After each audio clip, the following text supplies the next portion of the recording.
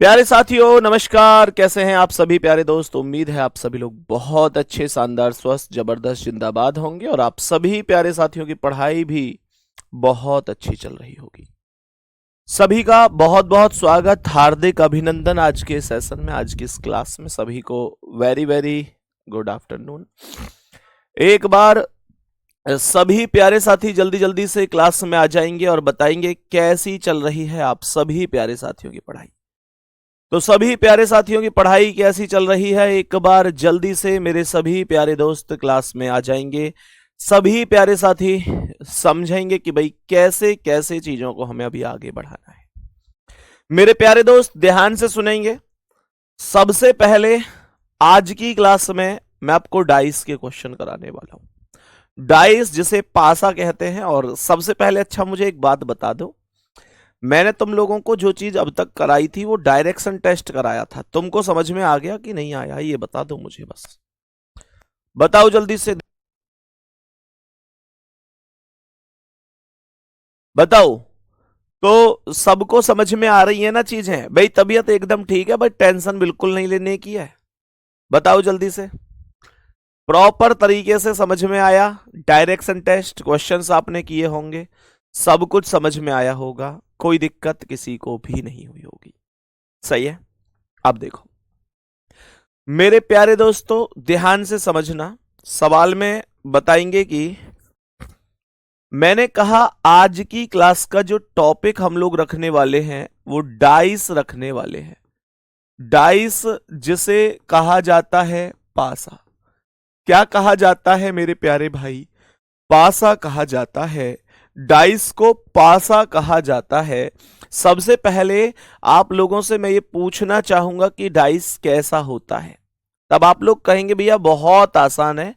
Dice जो होता है ना वो इस प्रकार से होता है। आप लोग कहेंगे कि भैया जो डाइस होता है वो इस प्रकार से नजर आता है। ये डाइस का एक प्रारूप होता है और डाइस हमें ऐसा दिखाई देता है। कोई मुझे आप में से बताएगा कि पासे की कुल कितनी सतह होती हैं? सबसे पहला तो क्वेश्चन यही उठता है। और मैं तुमको इस डाइस को ऐसे करा दूंगा ना कि आप लोग खुद कहोगे कि भैया कोई दिक्कत ही नहीं है, बहुत आराम से हम लोग कर सकते हैं। देखो मैंने कहा अगर मैं डाइस की बात करता हूं तो आप लोग कह सकते हैं कि मेरे प्यारे दोस्त इस पॉइंट को सबसे पहले ध्यान रखना कि पासे में कुल 6 सतह होती है। पासे में कुल कितनी सतह होंगी? 6 सतह होंगी।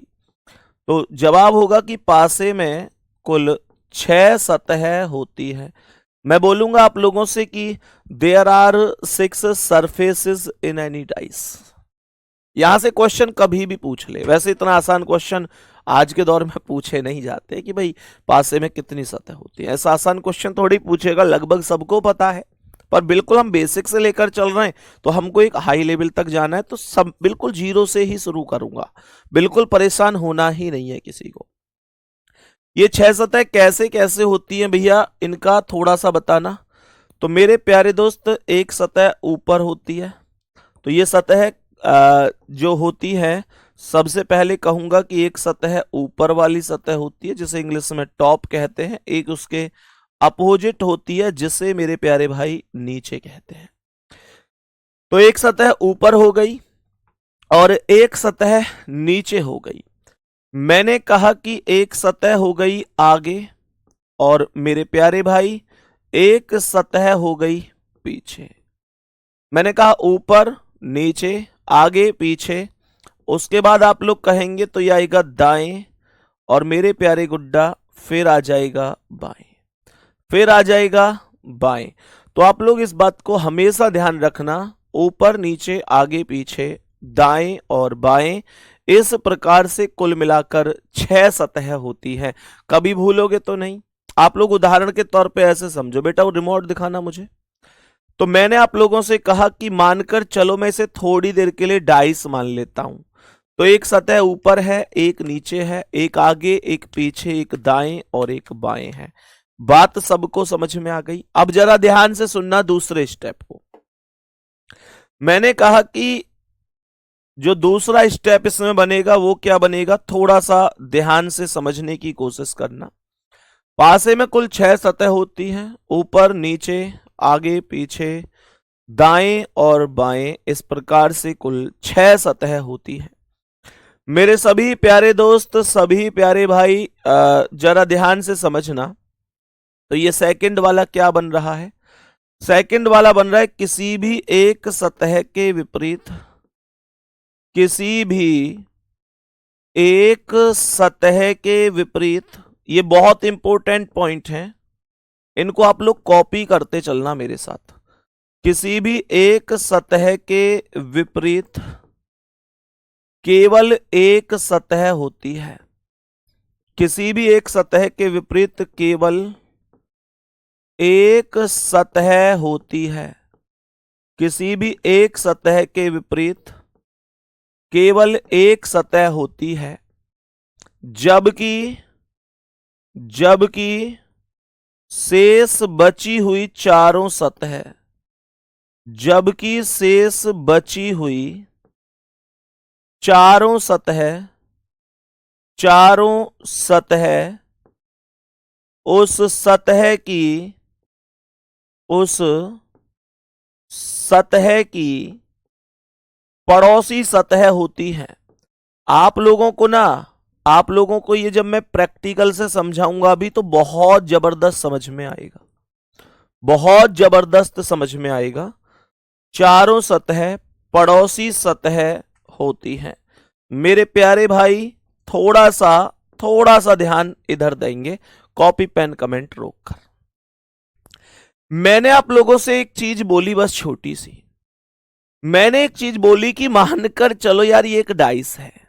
ध्यान देना, प्रैक्टिकली सब चीजें समझाता हुआ चलेगा तुम्हारा भाई, सारी चीजें तुमको समझ में आएंगी और क्वेश्चंस को ऐसे कर दोगे, एक एक सेकंड में उड़ाओगे, एक एक सेकंड में।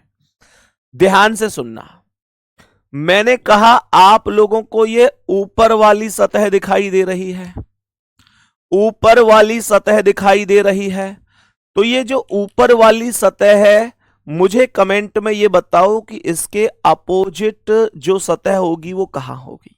बहुत नॉर्मल सा क्वेश्चन पूछा है दोस्त, मैंने पूछा कि ऊपर वाली सतह के अपोजिट सतह कहां होगी। आप लोग कहेंगे जी नीचे होगी। अगर ऊपर वाली सतह के अपोजिट नीचे वाली सतह है तो मेरे प्यारे दोस्त इसका मतलब ये 2 सतह हो गई, एक ऊपर और एक नीचे। मैंने कहा 4 सतह बच गई जो पड़ोसी सतह है, 1 2 3 4, यानी कि ये वाली। तो जो ये वाली सतह बची ना, ये ऊपर वाली सतह की निकटवर्ती या नजदीकी या पड़ोसी सतह होंगी। ये बात आप सभी हमेशा ध्यान रखेंगे। बात समझ में आ गई? तो एक किसी भी सतह के विपरीत केवल एक सतह होगी, शेष बची हुई चारों सतह उस सतह की पड़ोसी सतह होंगी। कहानी खत्म। अब सबसे इंपॉर्टेंट बात सुनेंगे ध्यान से, सबसे इंपॉर्टेंट चीज सुनेंगे। पासे में कभी भी, अब मैं जो स्टेप लिखवा रहा हूं ना, ये ऐसा स्टेप है कि आप लोगों के हमेशा काम आएगा, हमेशा काम आएगा। ध्यान से सुनना, मैंने कहा 2 opposite surfaces can never be seen together and can never be hidden together. ध्यान से समझो, पासे में कभी भी 2 विपरीत सतह, 2 विपरीत सतह, पासे में कभी भी 2 विपरीत सतह ना तो एक साथ दिखाई देती हैं। पासे में 2 विपरीत सतह ना तो एक साथ दिखाई देती हैं, पासे में 2 विपरीत सतह ना तो एक साथ दिखाई देती हैं, ना तो एक साथ दिखाई देती हैं, ना ही एक साथ छिपती हैं। पासे में 2 विपरीत सतह ना तो एक साथ दिखाई देती हैं, ना ही एक साथ छिपती हैं। जरा ध्यान से सुनेंगे। दो विपरीत सतह ना एक साथ दिखाई देंगी ना एक साथ छिपेंगी। मेरे सभी प्यारे दोस्त जरा ध्यान से सुनना, जरा ध्यान से सुनना। सभी प्यारे साथी, मेरे सभी प्यारे दोस्त ध्यान पूर्वक समझना मैं क्या बताने वाला हूं। मैंने कहा थोड़ा सा ध्यान दो। प्यारे गुड्डा, मानकर चलो आप मेरे हाथ की ये वाली सतह देख रहे होंगे। देखो, ये सतह आप लोगों को दिख रही होगी। मुझे बताओ कि इसकी अपोजिट सतह कहां है। आप लोग कहेंगे ये वाली सतह है, हाँ या ना। तो इस हाथ की जो अपोजिट वाली सतह है वो ये है। मेरा क्वेश्चन आपसे ये है, क्या जो सतह आप लोगों को ये सतह तो आप लोगों को दिख रही है अभी, क्या अपोजिट सतह दिखाई दे रही है? इस हाथ की अपोजिट सतह अभी आप लोगों को दिखाई दे रही है? आप लोग कहेंगे भैया नहीं दिखाई दे रही। मैं कहूंगा देखोगे, देखोगे, आओ दिखाता हूं। मैं आपको अपोजिट सतह दिखाता हूं। लो लो देखो। आप लोग कहेंगे भैया आप दिख रही है। मैं कहूंगा अच्छा, तो वो दिख रही है जो पहले दिख रही थी? कहेंगे नहीं भैया, देखोगे, देखो। अब अपोजिट दिख रही है ना? अपोजिट देखोगे? अब पहली दिख रही है ना? पहली देखोगे? देखो, अपोजिट दिख रही है ना? क्या समझ रहे हो? ये करके दिखाऊं। मैंने क्या बोला? मैंने बोला कि मेरे भाई, दो विपरीत सतह कभी भी ना तो एक साथ दिखाई देती है और ना एक साथ छिपती है। मैं इनको कभी भी दोनों अपोजिट को एक साथ दिखा नहीं सकता। अगर एक दिखेगी तो दूसरी को छिपना पड़ेगा। ना दोनों एक साथ दिख सकती, ना दोनों एक साथ छिप सकती। ये डाइस का वो नियम है जो आपके लिए इन सभी नियमों में सबसे ज्यादा काम का साबित होगा अभी आने वाले सवालों में। अब सुनो, यहां से आगे बढ़ते हैं तो एक छोटी सी चीज समझना। सबसे बड़ी चीज उठती है कि how many types of dice, how many types of dice. पासे के कुल प्रकार। क्या बोला? पासे के कुल प्रकार। पासे के कुल कितने प्रकार हैं? पासे के प्रकार। मेरे प्यारे दोस्त, शॉर्ट में लिख दिया है मैंने पासे के प्रकार। आप मुझे बताओ जल्दी से कि पासे के कितने प्रकार होते हैं। How many types of dice. आप लोग पता है क्या कहेंगे? भैया जी हमने पढ़े हैं, हमने पढ़े हैं, there are two types of dice. Very good. जितने प्यारे दोस्त इस बात को बताने वाले हैं उनके लिए बहुत सारा प्यार। तो हमेशा ये बात ध्यान रखनी है कि पासे के कुल दो प्रकार होंगे। नंबर एक पर आएगा साधारण पासा। नंबर एक पर आएगा साधारण पासा, जिसे मेरे प्यारे साथी इंग्लिश में नॉर्मल ईयर के नाम से जानते। सॉरी, नॉर्मल ईयर नहीं, नॉर्मल डाइस। नॉर्मल डाइस या जनरल डाइस भी कह सकता हूं, या फिर मैं इसे जनरल डाइस भी कह सकता हूं। ध्यान रखना, इसे हिंदी में देखो, हिंदी में जैसे साधारण बोल दिया, सामान्य पासा बोल दिया, है ना, तो ये जनरल डाइस है ना, नॉर्मल डाइस, ऐसे मैं इसे बोल सकता हूं। दूसरा पासा होता है मेरे भाई जिसे कहा जाता है मानक पासा, जिसे मानक पासा कहा जाता है। और मानक पासे को स्टैंडर्डाइज बोला जाता है। मानक पासे को क्या बोला जाता है? स्टैंडर्डाइज बोला जाता है। हमेशा ध्यान रखेंगे। हितेश लिख रहे हैं लगता है रिकॉर्डेड क्लास है। पढ़ ना सके मेरे शेर, पढ़ ले मेरे भाई। मान ली चल रिकॉर्डेड क्लास है, मान लिया। पहली बात तो ये रिकॉर्डेड क्लास नहीं है। रिकॉर्डेड क्लास इसलिए नहीं है कि आज 23 फरवरी है, सन 2026 है मेरे शेर। मैं दिन की बात करूं तो सोमवार है मेरे भाई। ग्रुप डी के बैच में तुम लोग पढ़ रहे हो। दूसरी बात मेरे गुड्डा, ले 1:18 समय हो रहा है मेरे शेर, मेरे भाई। लेकिन डिस्टर्ब करना जरूरी, और रिकॉर्डेड क्लास है तो क्या हुआ? समझ में नहीं आ रहा क्या? है भैया, बेटा मुझ पे हाथ जोड़वा ले, मैं यहां तक जोड़ने को तैयार हूं, लेकिन पढ़ ले मेरे शेर। नहीं तो बटन दबाते ही ब्लॉक कर दूंगा, ध्यान रखिए। देख ध्यान से, मैंने यहां पर बोला कि एक तो साधारण पासा और एक मानक पासा। मैंने क्या बोला, मैंने यहां पर बोला कि मेरे भाई इन दोनों में मैं बताता हूं कि दोनों में कैसे तुमको पता चलेगा कि कौन सा क्या है।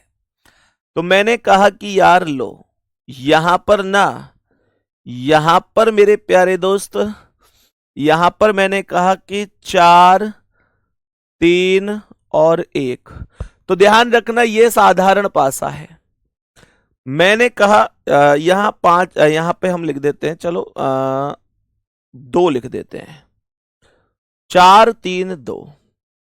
मेरे प्यारे भाई, मैं अगर यहां पर आप लोगों से बात करूं तो यहां पर हम लोग कहते हैं 1, 2 और ये है 3, है ना। मुझे आप सभी प्यारे दोस्त बताओ, चलो इसे 4 लिख दिया। तो ये जो पासा है ये साधारण है और ये जो पासा है ये मानक पासा है। अब आप लोग कहेंगे कि भैया हम कैसे समझेंगे इस बात को कि कौन सा साधारण है कौन सा मानक है। मैं समझाता हूं कि आप कैसे समझेंगे। साधारण पासे की परिभाषा लिखेंगे, ऐसा पासा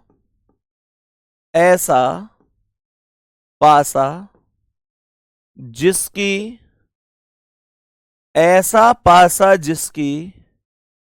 किन्हीं दो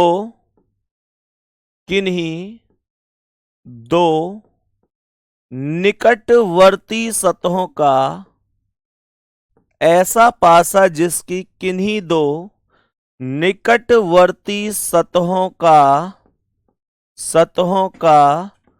योग 7 होता है। ऐसा पासा जिसकी किन्हीं दो निकटवर्ती सतहों का योग 7 होता है, साधारण पासा कहलाता है। यहां लिख देता हूं, साधारण पासा कहलाता है।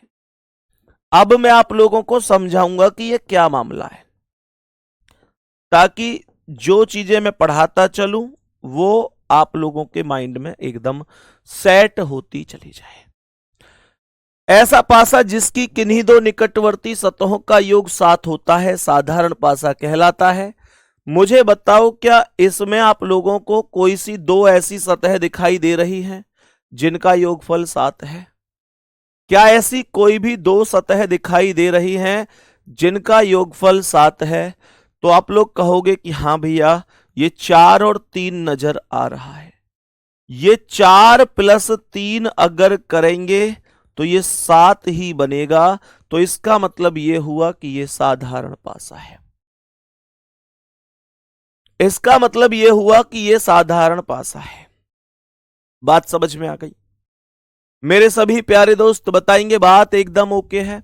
और साधारण पासा, ज्यादा नहीं टेंशन नहीं लेनी, बस आपकी आंखों को अगर 2 ऐसी सतह दिख रही हैं जिनका योगफल 7 है तो डिक्लेयर कर दो कि वो साधारण पासा है, नहीं तो फिर आप जानते हैं कि मानक पासा है।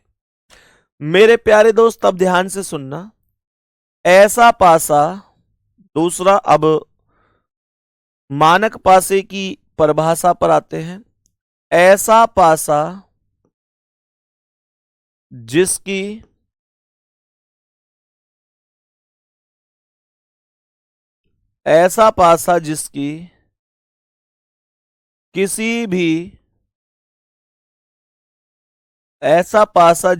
किसी भी दो निकटवर्ती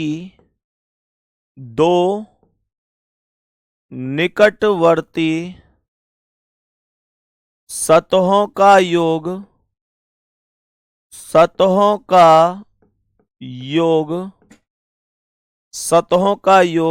7 नहीं होता, मानक पासा कहलाता है। होता है मानक पासा। यहां लिख देते हैं 7 नहीं होता। यहां लिख देते हैं ऐसा पासा जिसकी किन्हीं दो निकटवर्ती सतहों का योग 7 नहीं होता। है ना, सतहों का योग 7 नहीं होता, मानक पासा कहलाता है। मानक पासा कहलाता है, मानक पासा कहलाता है। अभी ये पूरी नहीं हुई है परिभाषा, एक लाइन और लिखेंगे, एक लाइन और लिखेंगे। मानक पासे में यहां लिखेंगे लेकिन, लेकिन मानक पासे में, लेकिन मानक पासे में, मानक पासे में सभी विपरीत सतहों का योग, सभी विपरीत सतहों का योग 7 होता है। सभी विपरीत सतहों का योग 7 होता है। जरा ध्यान से देखिएगा, मैंने आप लोगों से बोला कि भाई जिसमें दो निकटवर्ती सतहों का योग 7 बन जाए वो साधारण पासा है, और जिसमें किन्हीं दो निकटवर्ती सतहों का योग, कोई सी भी दो निकटवर्ती सतहों का योग 7 ना बने, वो मानक पासा होता है। तो आप लोग देखेंगे कि यहां पर देखो 1 और 2 3, 7 नहीं बना, 2 और 4 6, 7 नहीं बना, 4 और 1 5, 7 नहीं बना। यही तो परिभाषा थी कि ऐसा पासा जिसकी किसी भी दो निकटवर्ती सतहों का योग 7 नहीं होता, मानक पासा कहलाता है। मानक पासे में, मानक पासे में, लेकिन मानक पासे में सभी विपरीत सतहों का योग 7 होता है। मानक पासे में सभी विपरीत सतहों का योग 7 होता है। मेरे सभी प्यारे भाई बहन इस बात को पूरी तरीके से समझ गए होंगे, कोई दिक्कत तो नहीं है। तो इसका मतलब तो भैया जी ये हुआ कि मानक पासे के आंसर फिक्स होते हैं। बिल्कुल यही मतलब हुआ इसका कि मानक पासे के जो आंसर हैं वो सभी के सभी आपस में फिक्स होंगे। तीनों को थोड़े ही ना जोड़ना है। देखो एक बहन है हमारी, उन्होंने तीनों को ही जोड़ दिया, 1 + 2 + 4 = 7 कर दिया। ऐसा थोड़ी ना होता है कि मतलब कैसे भी जोड़ के, नहीं, केवल 2 को ही जोड़ के देखना है। तो मैंने कहा कि मानक पासे के जो आंसर हैं वो फिक्स हैं। कैसे फिक्स हैं? हर एक का टोटल हमेशा 7 होगा। कैसे 7 होगा? तो ये सुनो कि जो 2 है उसका अपोजिट 5 होगा हमेशा, 3 का 4 होगा और 1 का अपोजिट 6 होगा। ये बात मेरे सभी प्यारे भाई बहन बहुत अच्छी तरीके से प्रॉपर रूप में समझ गए होंगे। यहां तक बात समझ में आ रही है? अमन प्रजापति लिख रहे हैं थोड़ा स्पीड में पढ़ाओ सर जी। भाई हाथ जोड़ के कह रहा हूं, क्लास बिल्कुल अच्छी नहीं लग रही हो तो बिल्कुल यहां पे क्लास को ब्रेक दे दो मेरे भाई, ब्रेक दे दो। आप क्लास को यहीं रोक सकते हो, बाद में जब क्लास खत्म हो जाए तो स्पीड पे बढ़ा के देख लेना। बाकी मैं इससे ज्यादा स्पीड नहीं कर सकता। मैं यहां पर क्लास में किसी 1-2 बच्चों के लिए नहीं हूं, मैं पूरा एक माहौल लेकर चलता हूं। मैं खुद अपने आप में, देखो जो किसी भी टॉपिक की सबसे पहली क्लास होती है उसे मैं जरूरत से ज्यादा स्लो ही पढ़ाता हूं, क्योंकि मेरा यह मानना है कि अगर एक आधार बच्चे का मजबूत हो गया, किसी भी भाई का अगर कोई आधार मजबूत है, किसी को बेसिक पता है किसी चीज का, तो उसके लिए कोई बड़ी बात नहीं है कुछ भी। यहां पर अभी बहुत ऐसे भाई बहन हैं जिनको हो सकता है ये स्पीड भी तेज लग रही हो, नोट्स बना रहे होंगे साथ साथ, या बहुत सारी चीजें हैं। भाई मैं रिक्वेस्ट करूंगा जो भी साथी की भैया जल्दी जल्दी पढ़ना है तो फिर मेरी क्लास में आप लोग बाद में रिकॉर्डेड स्पीड बढ़ाकर आ सकते हैं, बाद में देख सकते हैं रिकॉर्डिंग में, इसलिए क्लास का माहौल ना बिगाड़ें, ठीक है ना। चलो, तो यहां तक सबको ये बात बहुत बेहतर और शानदार तरीके से समझ में आ गई होगी। सभी प्यारे साथी यहां तक बताएंगे, कोई दिक्कत तो नहीं है। आगे बढ़ते हैं, यहां से आगे बढ़ते हैं। अब मैं आप लोगों से कुछ क्वेश्चंस दूंगा। क्वेश्चन इतने नॉर्मल होंगे कि बस आप लोगों को यह समझना है कि यह पासा साधारण है या मानक है। तो देखते हैं कितने साथी बता पाते हैं।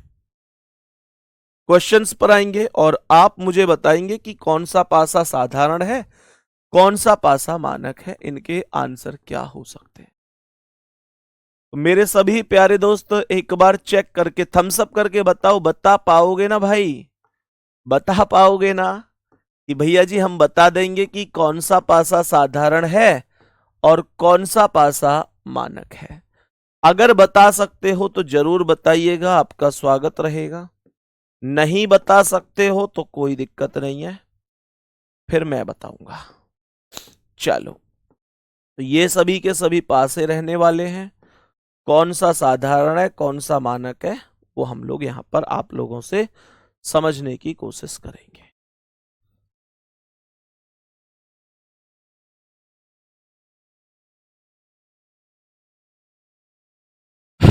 चलो, बहुत बढ़िया, स्टार्ट करता हूं। मैंने लिखा 2 1 5 3 1 4 2 6 3 4 1 5 4 6 3। मैंने यहां पर लिखा 2 1 3 ए बी सी, लाल हरा सफेद, और मैंने यहां पर बोला स्टार हैज ट्राइंगल 4 2 1। थोड़ा सा ध्यान देंगे और मुझे बताएंगे कि ये सभी के सभी पासे साधारण हैं या मानक है। ये एक बार समझने की कोशिश करेंगे सभी प्यारे साथी।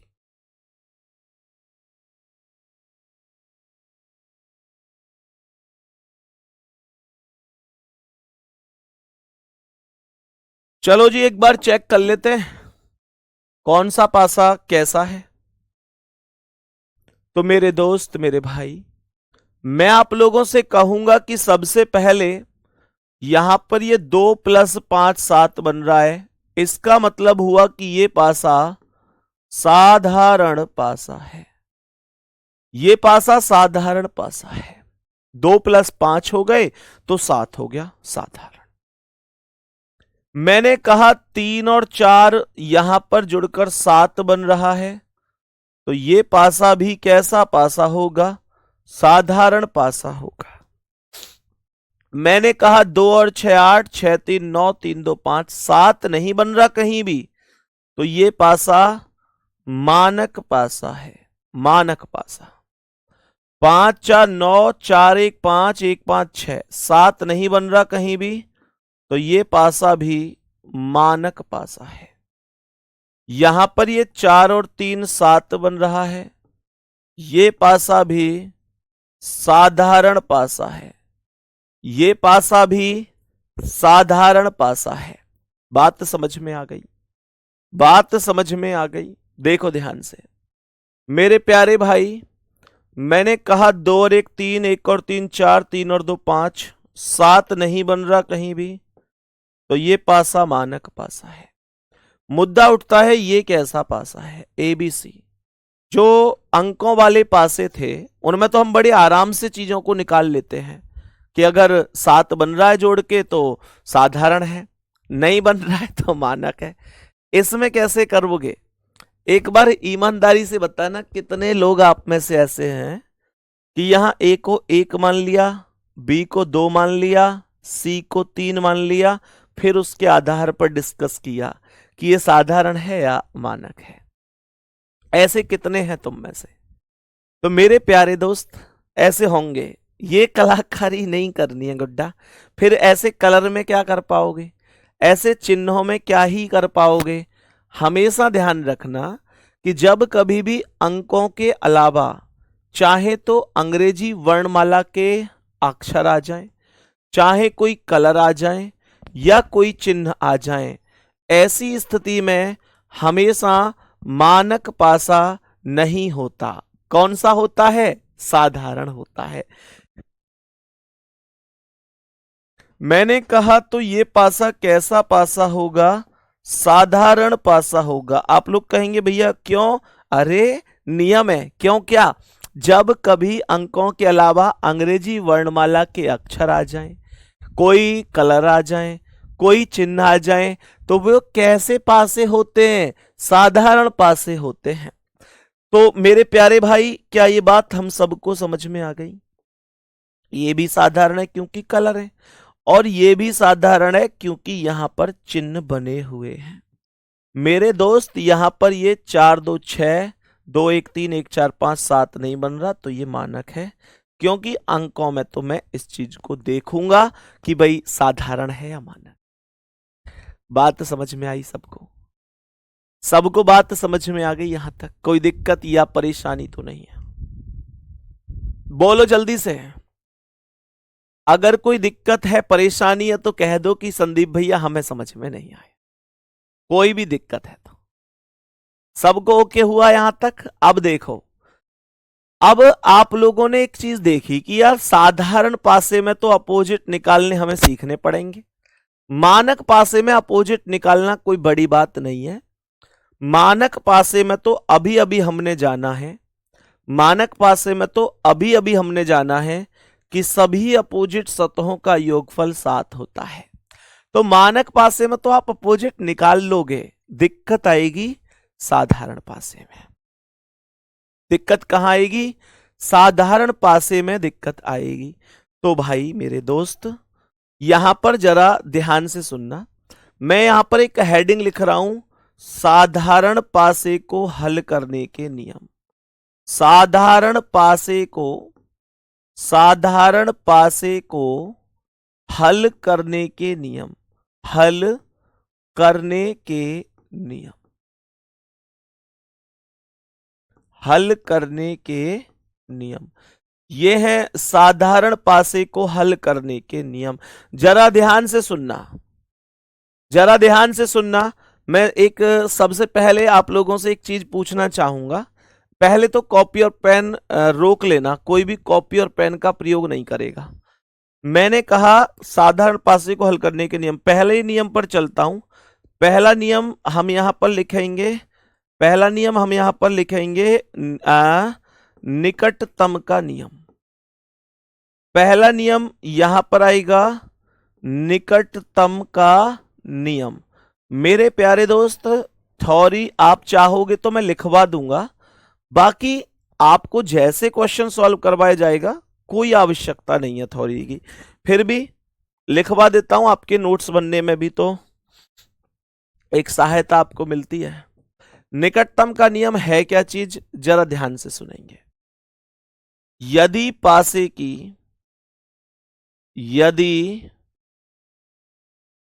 की दोनों स्थितियों में यदि पासे की दोनों स्थितियों में कोई एक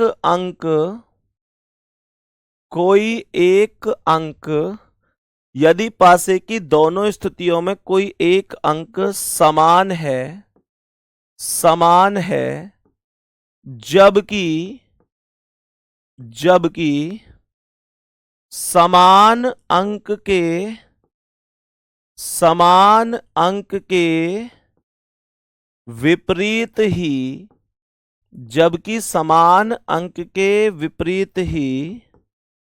पूछा जाता है, समान अंक के विपरीत ही पूछा जाता है, तो वह अंक प्रश्न का उत्तर होगा, वह अंक प्रश्न का उत्तर होगा जो कि दोनों स्थितियों में से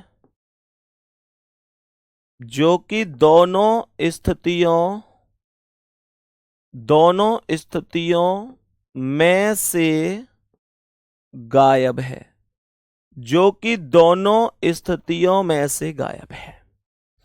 मैंने कहा यदि पासे की दोनों स्थितियों में कोई एक अंक समान है, जबकि समान अंक के विपरीत ही पूछा जाता है, तो वह अंक प्रश्न का उत्तर होगा जो कि दोनों स्थितियों में से गायब है। अब आप लोगों को लगा होगा कि भैया क्या ही नियम आपने बताया है, कुछ समझ में नहीं आया। मैंने कहा देखो समझो, ध्यान से सुनो। ये मेरे जो भाई इंग्लिश मीडियम वाले हैं कुछ साथी कि भैया इंग्लिश में भी लिखो, गुड्डा मैं आपको इनके प्रॉपर नोट्स उपलब्ध करवाऊंगा। अभी मैं केवल समझा रहा हूं, परेशान मत होना।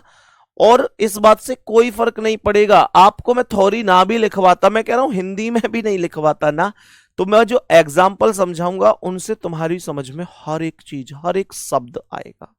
ठीक है ना। देखो एक्चुअल में होता क्या है, मेरी बात को ध्यान से सुनेंगे। एक्चुअल में है क्या चीज, इसने कहा है कि भाई 2 अंक प्रश्न का उत्तर होगा जो दोनों स्थितियों में से गायब है। जैसे मानकर चलो कि ये 2 डाइस मैंने यहां पर बना दी है। अब आपको समझ में आएगा, मैंने कहा यहां 2 है, यहां 1 है, यहां 5 है, यहां 3 है, यहां 5 है, यहां पर 6 है। मेरे सभी प्यारे भाई बहन से मेरा एक क्वेश्चन ये है, इसने कहा कि यदि पासे की दोनों स्थितियों में कोई एक अंक समान है, तो ये बताओ कि इन दोनों स्थितियों में ये 2 अलग अलग पासे नहीं है। पहली बात तो ये बता देता हूं, ये दोनों पासे अलग अलग नहीं है, ये दोनों एक ही पासे की 2 अलग अलग स्थितियां हैं। तो यहां पर ऐसे मत समझना कि यहां तो कहीं 2 सतहों का योग 7 नहीं बन रहा, गुड्डा वो एक्चुअल में 2 और 5 यहां 7 बन चुका है। तो ये एक ही पासे की 2 घुमाकर अलग अलग रखी हुई स्थितियां हैं, तो अगर एक में भी बन रहा है तो दूसरा अपने आप साधारण हो जाता है। दूसरी बात, यदि पासे की दोनों स्थितियों में कोई एक अंक समान है, जबकि समान अंक के ही विपरीत पूछा जाता है, तो समान कौन है, दोनों में 5। कॉमन कौन है, दोनों में कॉमन है 5। मानकर चलो क्वेश्चन आपसे कह रहा है कि 5 के विपरीत क्या होगा। क्वेश्चन आपसे कह रहा है कि बताओ 5 के विपरीत क्या होगा। तो मेरे प्यारे दोस्त बताओ, उसने साफ साफ लिखा है कि वह अंक प्रश्न का उत्तर होगा जो दोनों स्थितियों में से गायब है। आंखें खोलो और ध्यान से देखो, आपको कौन से अंक की कमी दिखाई दे रही है, कौन सा अंक गायब है, बताओ। मैंने कहा कौन सा अंक गायब है, बोलो। आप लोग कहेंगे भैया जी, भैया भैया भैया 4 गायब है, 4 गायब है। मैं कहूंगा यही तो आंसर है। अब आप लोग कहेंगे 4 आंसर क्यों हुआ, इस बात को समझाओ। आप लोग ये कहेंगे कि 4 क्यों हुआ आंसर, इस बात को समझाओ। तो जरा सोचो एक पल के लिए, आंसर क्या क्या हो सकते थे। 1 हो सकता था, 2 हो सकता था, 3 हो सकता था, 4 हो सकता था, 5 हो सकता था, 6 हो सकता था। मुझे एक बात बताओ, क्या 5 के विपरीत खुद 5 हो जाता? नहीं होता कभी भी। ऐसा थोड़ी है कि ऊपर भी 5 और नीचे भी 5। अरे कोई भी अंक एक बार ही तो आता है, दोबारा थोड़ी ही ना आता है। भैया रिपीट थोड़ी ना होते हैं अंक की, ऊपर भी 5 लिख दो और नीचे भी 5 लिख दो, दाएं भी 5 लिख दो, बाएं भी 5 लिख दो, आगे भी 5 लिख दो, पीछे भी 5। ऐसे नहीं होता यार, ऐसे थोड़ा ही ना होता है। और सुनो, आज मैंने आपको एक बात बताई थी आज की क्लास में, अगर आपको याद हो तो। मैंने ये कहा था कि यार पासे में कभी भी 2 विपरीत सतह ना तो एक साथ दिखाई देती हैं और ना ही एक साथ छिपती हैं। 2 opposite surfaces can never be seen together and can never be hidden together in any dice। तो मेरे प्यारे दोस्त, इसका मतलब क्या है पता है? यहां 5 के पास में 2 और 1 दिखाई दे रहे हैं। अगर 2 और 1 में से कोई भी 5 का अपोजिट होता तो वो 5 के पास दिखाई नहीं देता।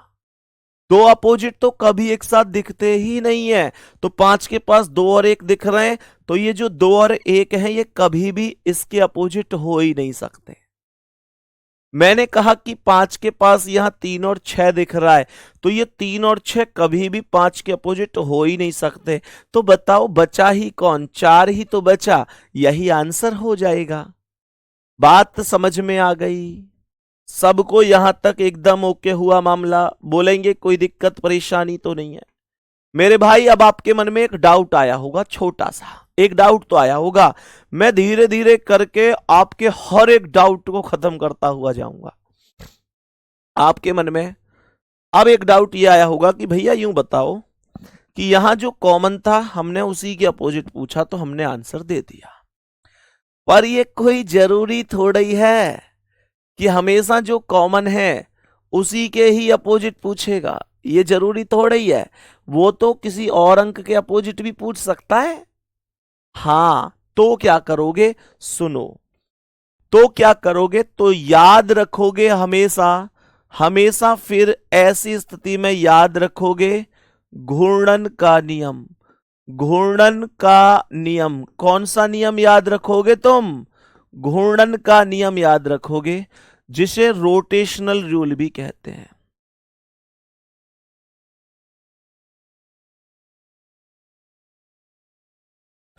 जिसे मेरे प्यारे दोस्त रोटेशनल रूल भी कहा जाता है, जिसे मेरे प्यारे साथी रोटेशनल रूल भी कहा जाता है। तो ध्यान से समझेंगे और बताएंगे। गुड्डा सुनो ध्यान से, रोटेशनल रूल क्या है। यदि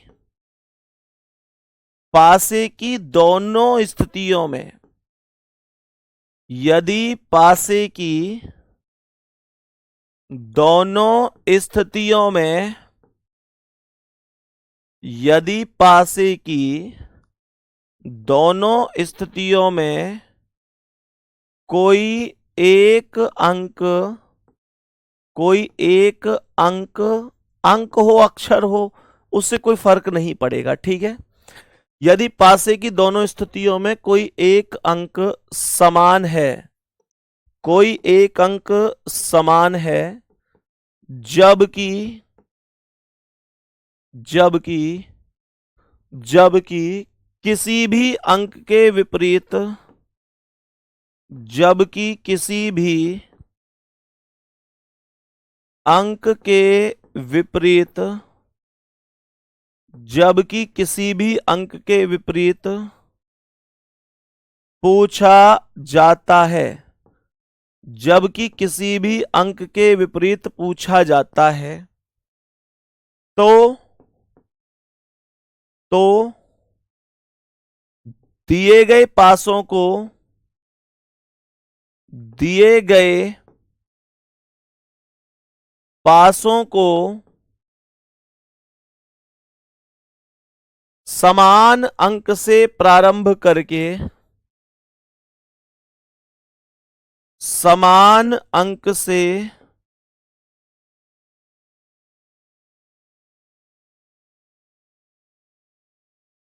प्रारंभ करके घड़ी की दिशा में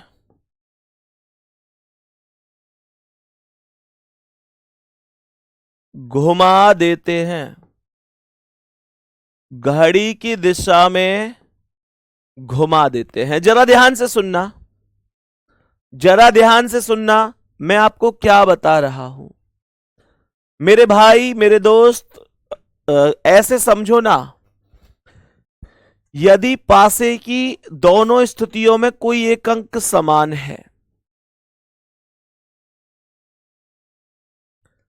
कोई एक अंक समान है, जबकि किसी भी अंक के विपरीत पूछा जाता है, तो दिए गए पासों को समान अंक से प्रारंभ करके घड़ी की दिशा में। थोड़ा कम समझ में आया होगा ना, अब समझो ये क्या है। परिभाषाएं तो बिल्कुल साइड रख दिया करो, यहां समझो, मैं समझाऊंगा तुम्हें। परिभाषा याद थोड़ी ना करनी, परिभाषा पे कोई रट्टा थोड़ी ना लगवाने बैठूंगा तुमसो, डायरेक्ट कैसे करना है समझो। मान के चलो ये 4 है, ये 3 है, यहां पे 1 है। मान के चलो यहां पे 5 है, यहां 4 है, और यहां पर मान के चलो यहां पे है, यहां 3 है। नहीं 3 नहीं, यहां पे हम लिख लेते हैं 6 लिख लेते हैं। जरा ध्यान से सुनना, बहुत अच्छी तरीके से समझते हुए चलना गुड्डा। यहां पे मैं 2 लिख रहा हूं, ठीक है, यहां पे 2 लिख रहा हूं। थोड़ा सा ध्यान देना, बाकी कुछ भी नहीं है, ठीक है ना। चलो मेरे प्यारे गुड्डा, देखो एक्चुअल में है क्या। इन दोनों डाइस को जब तुम देखोगे तो इसमें 4 3 1 है, इसमें 5 4 2 है। मुझे बस ये बताओ कि कॉमन कौन है। कोई बता सकता है कि कॉमन कौन है? तो आप लोग कहीं भी ये जरूर बता सकते हैं, इन दोनों में कॉमन 4 है। मैं कहूंगा इनमें कॉमन 4 है। तो मेरे भाई, जो ये कॉमन है, जो ये कॉमन अंक है, इसे पकड़ लो। ये कॉमन अंक है, इसे पकड़ के यहां ऊपर और नीचे रख दो। मैंने कहा इसे पकड़ के ऊपर और नीचे रख दो, सही है। अब आप लोग इस पूरे डाइस को घड़ी की दिशा में घुमा दो। कैसे? यहां 4 से चलेंगे तो 3 आएगा और 3 से चलेंगे तो 1 आएगा। 4 से 3 आएगा, 4 से 3 आएगा, 3 से 1 आएगा। यहां 4 से 2 और 2 से 5, 4 से 2 और 2 से 5, तो यहां 4 के सामने 6 आएगा। कुछ समझे कि नहीं समझे? मैं फिर से रिपीट कर देता हूं, जरा ध्यान से सुनेंगे। मैंने कहा मैंने दोनों में 4 को कॉमन ले लिया। जब 4 को कॉमन ले लिया तो ये वाला 4 यहां रख दिया और ये वाला 4 यहां। तो यहां 4 से घड़ी की दिशा में 4 से 3, 3 से 1, ऐसी तो घड़ी चलती है बे गुड्डा हमारी। किसी की महंगी तो ना है तुम्हारी जो उल्टी चलती हो। ऐसे ही चलती है, ठीक है ना। तो 4 से 3 आया, 3 से 1, मैंने सेम लिख दिया 4 3 1। ऐसे ही मैंने यहां पर 4 से 2 और 2 से 5, 4 से 2, 2 से 5, इस 4 के सामने 6 इस वजह से लिख दिया कि 4 के सामने 4 तो आएगा नहीं। तो 4 के सामने कौन आएगा? 4 के सामने जो बच गया है वही आएगा, यानी कि 6 आएगा। तो 4 का अपोजिट क्या है? 6 है। 3 का क्या है? 2 है। 1 का क्या है? 5 है। कहानी खत्म। बात समझ में आ गई? मेरे सभी प्यारे दोस्त बताएंगे यहां तक कोई दिक्कत तो नहीं है। मेरे सभी प्यारे साथी बताएंगे यहां तक कोई दिक्कत तो नहीं है, किसी भी भाई बहन को बताएंगे जल्दी से। दूसरा, आप सभी प्यारे साथियों से एक छोटी सी चीज और साझा करने की मतलब एक चीज और थी, एक छोटी सी चीज साझा करनी थी।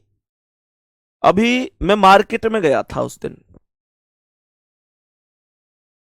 तो मेरे प्यारे गुड्डा एक मार्केट में मैं गया था, तो मैंने वहां पे एक बुक सेलर थे, उनके सामने गाड़ी खड़ी करी। मैंने कि देखूं कि क्या माहौल है। तो मैं उस दुकान पर पहुंचा। उस दुकान पर जाकर ना यार, मैंने कुछ मतलब एक ऐसी चीज देखी कि मतलब मेरे रोंगटे खड़े हो गए, मैं कांप गया पूरा। उन बुक सेलर की दुकान पर हमारा एक स्टूडेंट था और वो मतलब जो हमारी किताब है तर्क ज्योति, उसे खरीदना चाह रहा था और उसका बजट नहीं बन पा रहा था। और जब मैं वहां पहुंचा तो गले लिपट के इतनी जोर से रोया कि भैया मेरा बहुत मन था इसे खरीदने का, पर मैं खरीद नहीं पा रहा हूं। मुझे एक पल के लिए लगा हो सकता है ये बच्चा झूठ बोल रहा हो। तो मैंने उस बुक सेलर से बात करी। उसने कहा कि ये लगभग बच्चा पिछले 10 दिन से आ रहा है और ये डेली एक टॉपिक की पीडीएफ बनाता है और चला जाता है। किताब नहीं खरीद पाता और पीडीएफ बनाता है और चला जाता है। सच में ये शब्द जो थे ना यार, दिल से आर पार करने वाले थे कि बच्चा मतलब कोई व्यक्ति ऐसा है जिसके पास 1 लाख रुपए भी कुछ नहीं होते, ऐसे भी बच्चे होते हैं। और हमारे पास ऐसे भी स्टूडेंट हैं जो एक 200 रुपए की किताब तक नहीं खरीद पा रहा, डेली बुक सेलर के पास जा रहा है, एक चैप्टर की पीडीएफ बना लाता है बेचारा, उससे जाके पढ़ लेता है, फिर सेम अगले दिन जाता है उसके पास, उससे रिक्वेस्ट करता है वो बुक सेलर बता रहा था भैया कई बार तो भीड़ होती है तो मैं भी मेरे से कई बार सुना देता हूं। थोड़ा सा अजीब लगा। तो मेरे प्यारे दोस्त, मेरे भाई, वो बच्चा भी ग्रुप डी से ही था, आपके ही बैच से। बैच शायद उसके पास था या नहीं मुझे नहीं पता, लेकिन रेलवे की ही तैयारी कर रहा था। उस बच्चे को तो मैंने किताब दिलवा दी, लेकिन एक सवाल यह भी है कि ऐसे बहुत बच्चे और भी होंगे। हो सकता है उस दिन तो मैं वहां अचानक पहुंच गया, लेकिन यार और भी तो बच्चे होंगे ना ऐसे। तो मेरे प्यारे दोस्त, मैंने बहुत सोच के समझ के एक निर्णय लिया है आप लोगों के लिए। एक निर्णय लिया है कि ये जो अपनी किताब है ना तर्क ज्योति, ये मैं आपके बैच में आज ये घोषणा करता हूं कि आपके इस बैच में गुड्डा इसकी किताब की पूरी पीडीएफ आज शाम तक अपलोड हो जाएगी। आपको कहीं भी अगर ऐसा कोई भी आप में से है तो आपको बिल्कुल भी कहीं भी इस तरीके से परेशान होने की जरूरत नहीं है। मुझे पता है मैं बहुत ज्यादा आप लोगों के लिए नहीं कर पाता, लेकिन जिस लायक हूं, जितना हूं, हमेशा आपके साथ खड़ा हूं। आज शाम तक इस किताब की पूरी पीडीएफ आप लोगों के रीजनिंग पे जैसे ही क्लिक करोगे तो ऊपर मैं एक किताब की पीडीएफ पूरी अपलोड करवा दूंगा। एक साथ पूरी की पूरी पीडीएफ आप लोग उससे पढ़ सकते हैं, क्योंकि मेरा यह मानना है कि उस बच्चे के पास तो मैं अचानक पहुंच गया, लेकिन हर एक बच्चे के पास तो मैं नहीं पहुंच पाऊंगा, और ऐसे बहुत बच्चे होंगे जो इस परेशानी को झेल रहे होंगे। ऐसा थोड़े है यार, स्टूडेंट तो वो भी मेरा ही है ना जो नहीं खरीद पा रहा, और मैं अगर उसकी इतनी भी मदद ना कर पाऊं तो फिर मैं शायद टीचर कहलाने लायक भी नहीं हूं। तो ये किताब एकदम फ्री रहेगी आप लोगों के लिए, और फ्री भी नहीं कह सकता, इसके बदले आप मुझसे प्रॉमिस करोगे कि भैया हम सिलेक्शन लेके दिखाएंगे। मेरे लिए वही इसकी असली कमाई होगी, इससे आपका सिलेक्शन होगा, मेरे लिए मेरी वही असली कमाई होगी। तो इसे फ्री ना समझें, इसका मैं रुपया आपसे बेशक नहीं ले रहा, लेकिन बदले में एक उम्मीद जरूर करूंगा कि आप मुझे सिलेक्शन देंगे। ठीक है गुड्डा, मेहनत जबरदस्त तरीके से करनी है, रेस्पॉन्स आपकी मेहनत इसे दिखाएगी कि आप कितनी मेहनत कर पाते हैं। आपकी मेहनत सच्ची होगी तो सफलता कोई बहुत बड़ी चीज नहीं है। ऐसे भी बच्चे होते हैं गुड्डा जहां एक एक बच्चा मतलब 2-2 3-3 जॉइन लेटर ले लेता है, 2-2 3-3 जगह उसकी नौकरी लग जाती। बेटा ये कोई एहसान नहीं है, ये कोई एहसान नहीं है। बस मेरा मानना यह है कि यार अगर तुम दिक्कत में हो तो फिर हमारे लिए कोई खुशी की बात नहीं है। इस बात को आप लोग समझो, हमें टीचर बनाने वाले हमारे स्टूडेंट ही हैं। आज से अगर कुछ समय पहले की बात करूं तो संदीप चौधरी कौन है कौन नहीं है कोई नहीं जानता था। आज 2-4 लोग जानते हैं, तो वो आपकी वजह से। आप हमेशा सपोर्ट करते हो, आपका प्यार हमेशा साथ होता है, केवल उस वजह से। बाकी कोई नहीं जानता था उससे पहले। और मेरे प्यारे दोस्त, मैं इतना ही कह सकता हूं कि अगर वो स्टूडेंट जिन्होंने आज हमें इस मुकाम तक पहुंचाया, अगर वही बच्चा परेशान है किसी वजह से और हम उसका सॉल्यूशन कर सकते हैं, तो फिर हम पीछे नहीं हट सकते। वो एक टीचर का धर्म कहता है कि फिर बच्चे की मेहनत अगर सच्ची है और उसे छोटी सी ये दिक्कत, सोचो ना, जो बच्चा डेली किताब पे जा रहा है, बुक सेलर पे पीडीएफ बना के ला रहा है एक टॉपिक की, तो वो बच्चा पढ़ाई करने वाला तो है, पढ़ाई से पीछे तो नहीं हट सकता। इसलिए मेरे प्यारे दोस्त, फिर उसके साथ हम भी हैं, और फिर उसके जैसे ना जाने कितने भाई बहन और होंगे। सबके लिए आपका भाई हमेशा तैयार है। ओके, कल मिलते हैं गुड्डा। थैंक यू, धन्यवाद, नमस्ते।